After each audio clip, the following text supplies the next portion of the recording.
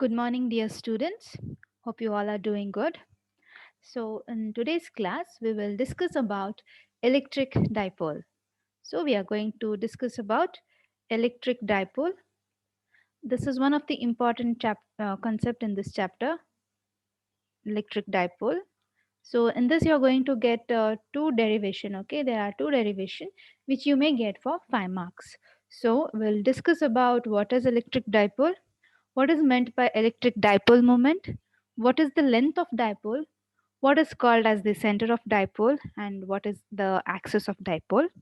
And after this, we are going to derive the expression for a field due to dipole on the axial line or the point on the axis. Okay. So today we'll derive an expression for that. Before that, we'll study what is electric dipole. So, how do you define electric dipole? Electric dipole is nothing but a pair of equal and opposite charges separated by a very small distance. Okay, say this is a negative charge and this is a positive charge. Two equal and opposite charges separated by a very small distance. This is called as the electric dipole. Suppose if this is a negative charge, suppose if this is a negative charge minus q and this is a positive charge plus q, the two equal and opposite charges separated by a small distance is called as the electric dipole. So here are few important points you should remember regarding the electric dipole. The first is the axis of the dipole. Okay, the axis of the dipole. So what is axis of the dipole? The line joining the two charges is called as the axis of the dipole. So what is it? The line joining two charges. So if this is negative and this is positive, this line which joins the two charges is called as the axis of the dipole. So if you asked what is axis of the dipole, you can define a line joining two charges is called as the axis of the dipole. Here is one more important thing you should remember. The direction of electric dipole, okay, the direction of electric dipole is always from negative to positive. It is always from negative to positive. Okay, if you consider positive charge over here separated by a small distance and the negative charge is over here, it is always from negative to positive, the opposite of electric field. In electric field, what happens? The field direction is from positive to negative, right? Whereas in electric dipole, it is always from negative to positive. Okay, this is one more point. And coming to the third point, that is the length of the dipole. The length of the dipole. The distance between two charges. The distance between two charges is called as the length of the dipole. If I consider this as one charge and this as other charge, the distance between these two charges is called as the length of the dipole, and it is usually denoted by 2a. Okay, this is a and this is a. Okay, so this is 2a. Why this is a and this is a? Because we have a middle point in on the axis of the dipole. So this middle point is called as the center of the dipole. From the center, if you measure on this side, it is a, and if you measure on the other side, it is a. Therefore, the length of the dipole is 2a. It is usually denoted as 2a. So what is the axis of the dipole? The line joining the two charges is called the axis of the dipole. The length of the dipole is nothing but the distance between the two charges, and the center of the dipole is the middle point on the axis of the dipole, and the length of the dipole is usually denoted by 2a. And the important thing is the direction of electric dipole is from negative charge to positive charge. Okay, so this is all about electric dipole. Now let us understand what is dipole moment. Okay, what is dipole moment? You may get it for 2 marks or 1 mark question. Define dipole moment. Okay, so what is dipole moment? Dipole moment is a product of magnitude of one of the charge and the distance between two charges. Okay, it is a product of magnitude of one of the charge. You may consider either of the charges. Okay, one of the charge and the distance between two charges. That is, It can be expressed as, see, electric dipole can be expressed as P vector P is equal to magnitude of one of the charge. So we'll consider one of the charge Q into the product of the distance between the two charges. The distance between two charges is nothing but the length, and the length is denoted by 2a, right? And a unit vector P. So this is the expression for dipole moment. And what is the definition? Dipole moment is the product of magnitude of one of the charge Q and the distance between the two charges 2a. Okay, and it is expressed as vector P is equal to Q into 2a unit vector P. And the SI unit of dipole moment is Coulomb meter. Why Coulomb meter? Very simple. See, this is a charge. The SI unit of charge is Coulomb, and this is a distance, right? This is a distance. What is the SI unit of distance? Meter. So it is Coulomb meter. Okay. Dipole moment is a vector quantity. Dipole moment is a vector quantity. Okay, clear about the electric dipole and the dipole moment? Electric dipole is nothing but two equal and opposite charges separated by a certain distance or a small, very small distance. Whereas the dipole moment is the product of magnitude of one of the charge and the distance between two charges. And it is expressed as vector P is equal to the definition. Vector P is equal to definition, nothing but Q into 2A into unit vector, because vector is a dipole is a vector quantity. The SI unit of dipole moment is Coulomb meter. Okay, so let me clear the screen so that we can go to the next concept. The next concept is the field of an electric dipole. Okay, the next concept is the field of an electric dipole. The electric field of the pair of charges at any point in a space can be found out by using Coulomb's law. See, we can find out the electric field, okay, electric field between the pair of charges at any point in a air medium in a space can be what? Found by using Coulomb's law and the principle of superposition. Now, as we came across the word Coulomb's law, let us give some quick revision to the Coulomb's law. So, what is Coulomb's law? Coulomb's law states that the electric force between two point charges kept in air at a distance r from each other is directly proportional to the product of magnitude of charges and inversely proportional to the square of the distance between them. You should practice Coulomb's law. It is very, very important. Coulomb's law is very important. So, what is the statement of Coulomb's law? Let me repeat it again. The electric force between two point charges kept in the air at a distance r from each other is directly proportional to the product of magnitude of charges and inversely proportional to the square of the distance between them. And what is the principle of superposition? What is superposition principle? It is nothing but we take the sum of two different forces, the summation of two different forces. Okay, that is the principle of superposition.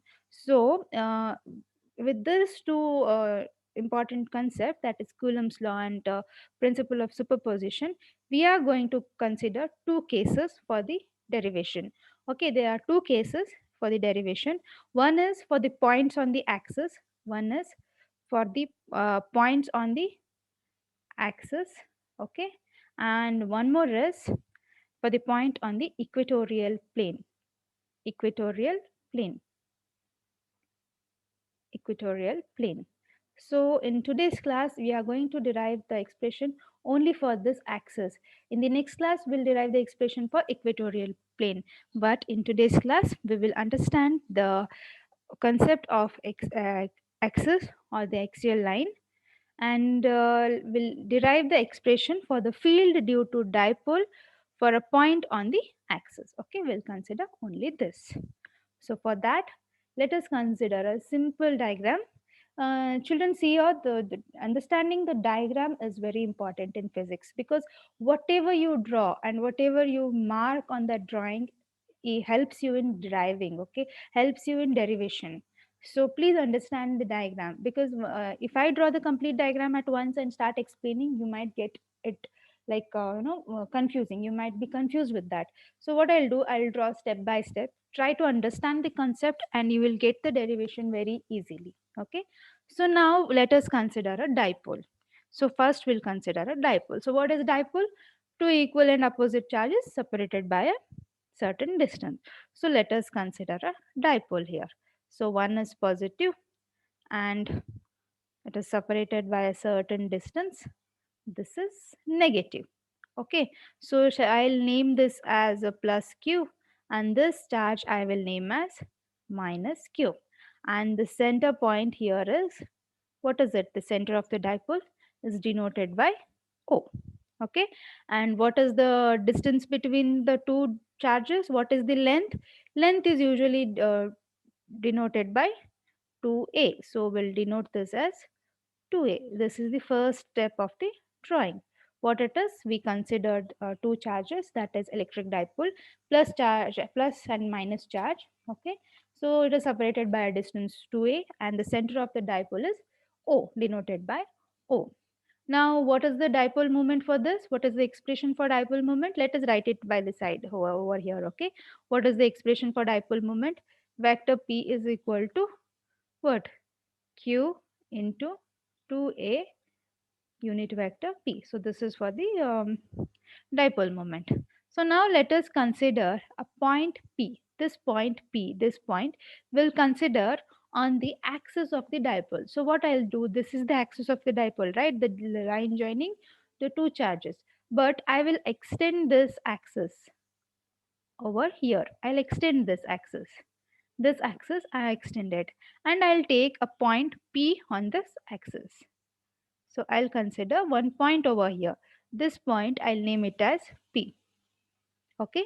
So what we have to find out is, now we have to find out the electric field at this point P. Okay, we will discuss about the electric field at this point P on the axis of the dipole. This is the derivation we are going to do.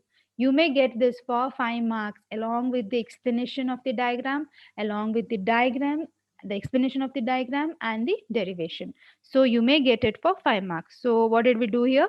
We considered the point P on the axis of the dipole. So I'll explain the diagram again. We considered an electric dipole, that is a plus charge and the minus charge, which is separated by a distance 2a, and the middle point, the center of the axis, is denoted as O, and the distance is 2a. We extended the axis and took a point P on the axis. Okay. Okay, now the distance of this point P from the center O, okay, listen to me carefully. The distance between this point P and the center O, center of the axis O, okay, is given by R. The distance between them is, see, I'll just draw a dotted line. The distance from P to O is what is given by R. The distance is given by R. Okay, so what I did, I considered one point on the axis P, and the distance of P from this center O is what? R. Okay, it is given by R. Now it is very important. Now let us consider one more charge. Okay, let us consider one more charge over here, that is plus q. I will consider one more charge near the point P. Okay, and that charge is a positive charge. Okay, this is positive charge. Now see, now consider only this charge and this charge. These two are the dipole. Okay, we had considered it earlier. Now I considered one point on the axis, and near that point I took a one more charge, that is plus q. Now what happens? It is very simple. This is also a positive charge. This is also a positive charge. Hence, there will be a repulsive force. Okay, there will be a repulsive force. So what happened? The force is towards this side. There is a repulsive force. So we'll consider this force as, E plus Q. Okay, E plus Q. Now what happens? Now here the concept is very important. Now what happens is, okay, see, just a second. Now what happens? There is a negative charge at the other end, right? There is a negative charge at the other end, that is minus q. See, here you can see minus q, and here it is. First we consider these two positive charges, so we got a repulsive force. Now I consider this positive charge and this negative charge. Okay, I won't consider this now. I won't consider this. I consider this positive charge and this positive charge. Okay, these two charges I consider. Now there is a force of attraction between this charge, is positive charge, and the negative charge. So the charge will be what? The attractive charge. So I will mark it as the E minus Q. Okay, this will be E minus Q. Now what happened? What did we do? What did we do? We considered plus charge plus and the minus charge, that is dipole, plus and the minus charge, that is dipole, which is separated by a distance 2a. Okay, and I extended the axis and I considered one point P on the axis. This P is at a distance r from the O. Okay, now what I did, I took one more charge, that is positive charge, near the point P, and the distance this, as this is positive and this is positive, there is a repulsive force. So I marked it as the E plus Q. And if I consider this positive charge and negative charge, there is a attractive force. So I considered it as a E minus Q. Now there is one more concept to understand. Okay, one more concept to understand. The distance between point P, okay, point P to plus QR, that is from point P to this plus Q, is what? What will be the distance from this to this? Can you tell me? See, this is A, this is A. So in total, this is 2A. So if this is R and this is A, what will be the distance? It's very simple. R minus A. See, the whole length is R and the short length is A. So it will be R minus A. Similarly, if we consider the distance from P to minus Q, P to minus Q, what will be the distance? What will be the distance if we consider the distance from P to minus Q? So this is minus Q, P to minus Q. What will be the distance? This is very simple. Till here it is R. Okay, till here it is R, and this is A. So it was R plus A. Understood? Understood the diagram? This is a very simple diagram. So please understand. See, the distance we took from P to O is R. Okay. The whole length is 2A. Why 2A? From the center, this side it's A, and from the center, the other side is A. Now I want the distance from P to plus Q. So this whole thing is R, minus A will be this distance, that is from P to plus Q, and the distance from P to minus Q will be R. Till here it is R, so R plus A. Okay, this is all about the diagram, the explanation of the diagram. Hope you understood the diagram. The diagram is very simple. Only thing you should remember the notations. Okay, so now what happens if I apply a Coulomb's law on this, that is E plus Q? What happens? I will write the derivation over here. Okay, if I write, if I apply Coulomb's law on E plus Q, what happens? I will write it. E plus Q is equal to, what happens? 1 by 4 pi epsilon naught. So what is the charge? Charge is Q divided by what is the distance? We are taking this. So what is the distance? E plus Q is here. So distance will be R minus A. See, we are taking till here, plus Q, R minus A. So the distance will be R minus A whole square and the unit vector P. Okay. And now if I consider E minus Q and if I apply Coulomb's law, what will happen? 1 by 4 pi epsilon naught Q. What is the distance? So this will be a minus, okay, this will be minus R plus A whole square into P hat, that is unit vector P. So this is minus and this is plus. Now where P is a unit vector, okay.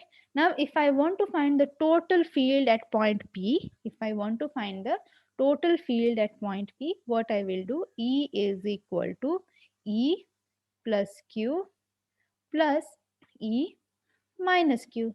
So substitute, let me take this as equation 1 and let me take this as equation 2. So substitute these equation 1 and equation 2 in this. Okay, what happens? E plus Q is nothing but, I'll just write it, 1 into Q is Q. So I'll just write it Q divided by, what is it? 4 pi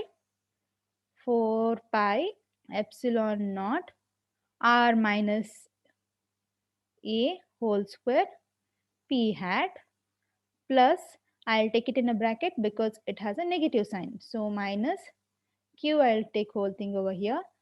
4 pi epsilon naught R plus A whole square P hat, close the bracket. So now apply the mathematics over here. I'll not solve the whole mathematics here over here. You try solving it. I'll just explain it. But whenever it comes to the mathematical part, the simple mathematical expressions or the calculation, you do it. Okay. So what happens now? What is common over here? What is common? What is common? Q by 4 pi epsilon naught is common. So I'll take it outside. So what is remaining? What is remaining? 1 by what? R minus A whole square. So plus and minus will be minus 1 by R plus A whole square unit vector P. So as I told you, calculate this.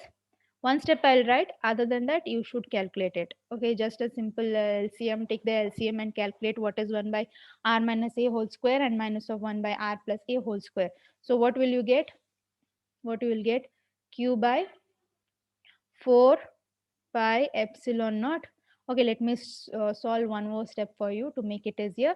What happens? The LCM will be, okay, R plus A whole square minus R minus A whole square. So this is nothing, A minus B whole square, and A plus B whole square. That will be R minus A into R minus A into R plus A into R plus A. The further calculation, you please do it and arrive at this expression. I will continue it over here. This side I am going to write it. Therefore, E is equal to, what happens? So simplify this, now simplify in your book. I'll write it directly. Q by 4 pi epsilon naught 4AR divided by R, R square minus A square whole square vector P. Okay, 4AR is equal to R square minus A square whole square unit vector P. Excuse me. Okay, so if we consider, okay, if we consider this r is much bigger than A. See, much bigger than A. What happens if we consider a case where r is much bigger than A? So this A becomes negligible. What happens then? What will be the expression? Shall I erase this part so that I can write it over here? I will erase this part. Okay, we considered r is much bigger than A. Okay, R is much bigger than A. Okay, R is much bigger than A. That time what happens? This one I'll write it over here. Let me write it here, then I'll go over there. So what happens? Q4AR divided by 4 pi epsilon naught. Okay, this is A is very small, negligible. So I'll just consider R square whole square. Why? Because R is much more bigger than A. So A is almost negligible. So I considered only R square whole square. So expand it or calculate it. What happens? Arrange it properly. 4QAR divided by, this one I arranged. Okay. Divided by 4 pi epsilon naught. R square into R square is nothing but R raised to 4. Now 1 R over here and the 1 R over here get cancelled. So what happens? 4QA divided by 4 pi epsilon naught R cube unit vector P. Okay, unit vector P. So here also unit vector P. So finally, the electric field due to dipole on a point P is given by 4qa divided by 4 pi epsilon naught r cube p hat. So this is the expression for electric field due to dipole on the axial line or the point on the axis. So these are the steps for derivation.